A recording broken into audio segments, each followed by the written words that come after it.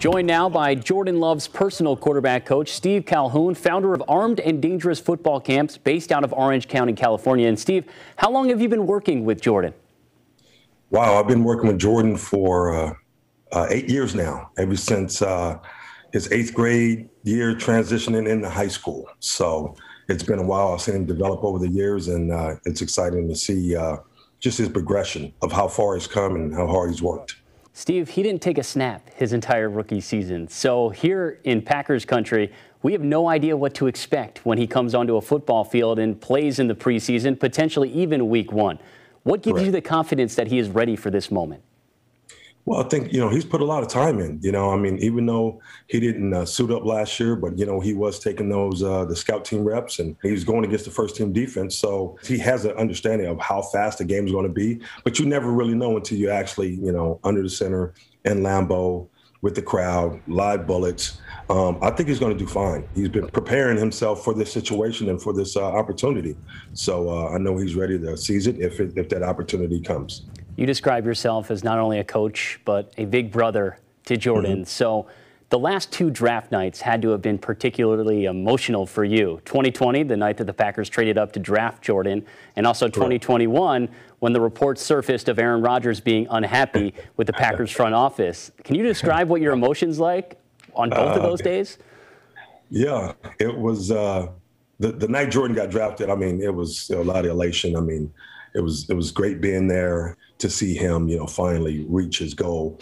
And then when Aaron announced, hey, I don't want to come back to the team, my phone was absolutely blowing up. They're like, okay, how's Jordan doing? I know you've been working with him every day and in the offseason. Is he ready to go? He's probably going to be QB1.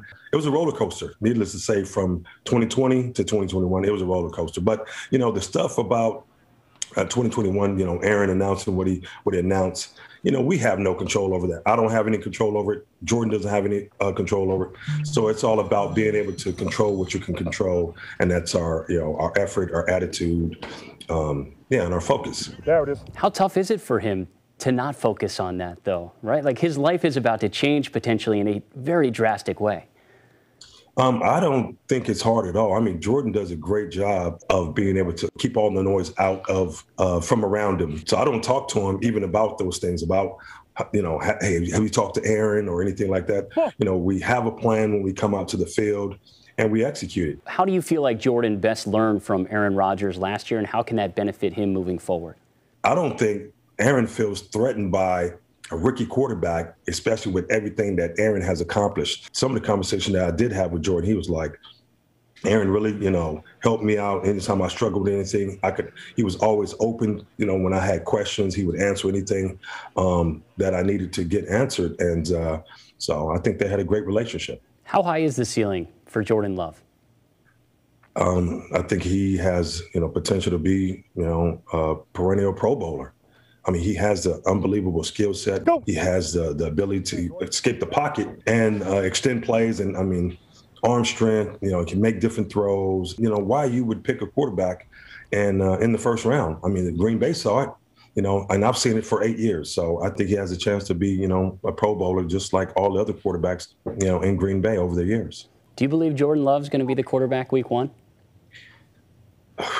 That's a great question. I'm not going to try to speak it into in existence, but I really believe they're going to work things out with Aaron, and he's a Packer for life, and I think he's going to continue to play at a high level. If he's not there, Jordan's going to be ready.